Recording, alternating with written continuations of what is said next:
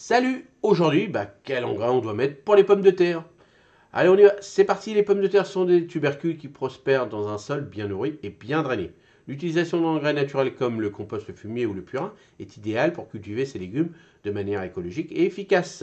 Alors, à la plantation, apport de matière organique avant de planter les pommes de terre, incorpore environ 10 à 15 cm de compost ou de fumier bien décomposé dans le sol.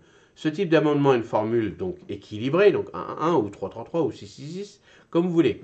Donc ça permet surtout une base et fertile, en fournissant une base et fertile pour le démarrage des tubercules sans risque de brûlure des jeunes racines, comme d'habitude. Pendant la croissance, les pommes de terre en pleine croissance nécessitent un apport régulier en nutriments pour maintenir une croissance robuste et saine.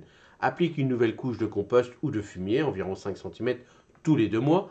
Utilise du purin dilué une partie pour 10 parties toutes les 3 semaines. Cela aide à soutenir le développement vigoureux du feuillage, des feuilles et des tiges, essentiels pour la santé des tubercules. Durant la formation des tubercules, lorsque les plantes commencent à former des tubercules, elles ont besoin d'un soutien accru en potassium pour favoriser le développement et la croissance des tubercules. Applique du purin de consoude, une partie pour 5 parties d'eau, et qui est particulièrement riche en potassium pour soutenir cette phase critique. Le purin de consoude a une formule approximative de 1,055, ce qui est idéal pour encourager la santé et le développement des tubercules.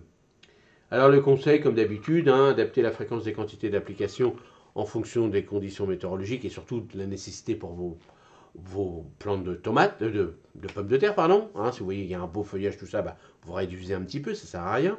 Et puis surtout, le fumier bien décomposé, comme le compost, pour éviter de brûler les racines. Et l'avantage d'utiliser des amendements organiques, ça améliore la structure du sol. Et en règle générale, les pommes de terre, ça se passe bien. Moi, j'ai pas de souci de ce côté-là.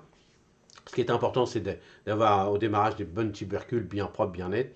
Et en règle générale, quand on débute, les pommes de terre, on réussit bien, il n'y a pas de raison, sauf si on a une météo catastrophique, où là, on attrape les maladies, et puis là, vous n'avez pas grand-chose dans votre sol de votre potager, dans l'ensemble de votre potager, vous n'avez rien comme pommes de terre, mais ça arrive.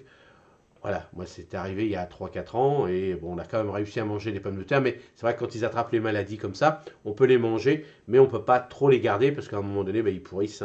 Donc c'est le risque du métier, comme on dit. Allez les anciens, comment vous faites vous pour avoir des superbes pommes de terre? Est-ce que vous avez des astuces?